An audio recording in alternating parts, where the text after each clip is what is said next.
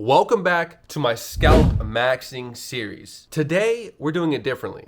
I'll walk you through my trades step by step, which is what we did. So we live recorded all of our trades today. We already traded, and I'm gonna show you guys every single trade. And not only that, I'm gonna show you guys why I took it and all the good things so that you guys can learn as well. So not only are we just gonna make money, but also we're gonna show you guys how we make money. In this trade series, one of my favorite thing is the fact that on my last trade, I managed to capture a very simple textbook pattern of a break and retest. We're gonna break that down right after live trades, but check out the live trades.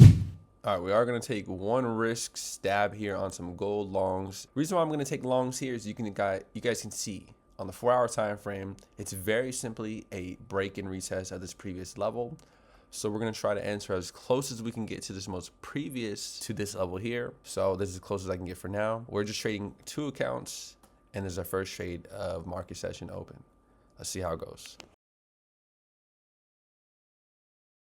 So we just got stopped out on that trade there at break even for a total of $4.80. That trade there just came all the way back to break even, and we'll take it for now. All right, so we're entering longs here on gold. Same setup as earlier, except we are a little bit late to the party again. First trade hit break evens. This is our second trade for the day. Let's get it. Scalp maxing.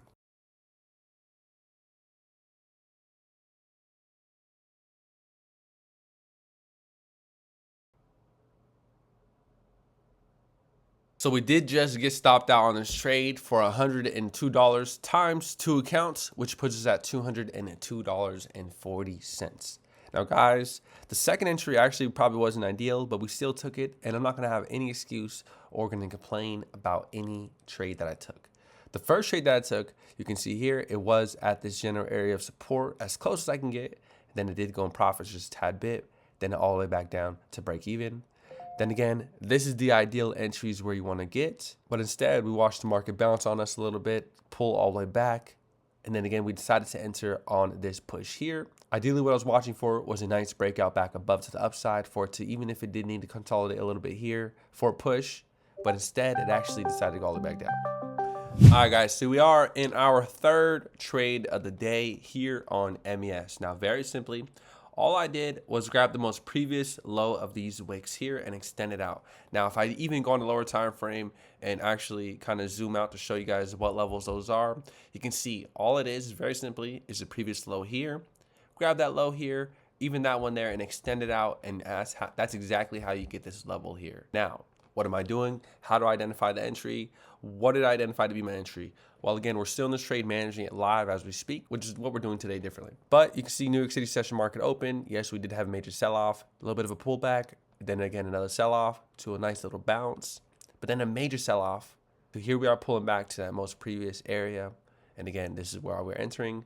Not only because it's at this most previous area that was once a support, that is now resistance, but also, guys, even the candlesticks is telling you here that it's rejecting that general area. So now, here we are in our trades here. Let's see what it can do.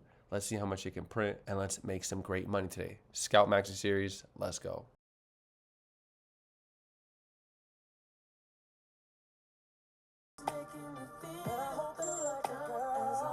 So I want to break down the last trade. As you guys can see, my entry, I entered 5 of them here. Sold 4 of them at the most previous lows. Then I held one for a little bit more gain. Now guys, one thing that I want to break down is the fact that on the 15-minute time frame, which is where you'll find this trade setup, is all it is very simply a break and retest of previous lows. Essentially, a break of structure. It doesn't matter what gibberish you want to use. Even if you want to use trend lines, you could even say it is essentially a break of this trend line as well. It does not matter. That's proof that essentially every trade strategy essentially works. It does not matter. Choose your weapon, essentially. That's all it is. But anyways, my weapon is using candlesticks. You can see I have this very simple support level. Had candles held this level, maybe I would have took a long. But you can see candlesticks actually broke below. So what does that mean? That's a break of structure. That means a breakdown, a breakout, whatever. I'm a break and retest type of person. So for me, this is a breakdown or a breakout. Then what do? Well, you capture the break. Well, you watch the break happen. then you come in for that retest entry, hence break and retest. Boom. Nice, solid breakdown. And guys, very simply, textbook pattern almost. Love it, love it, love it, love to see it. And that is very simply how we caught the trade. So anyways, hope you guys enjoy this. We'll catch you guys on tomorrow's series. Let's keep going.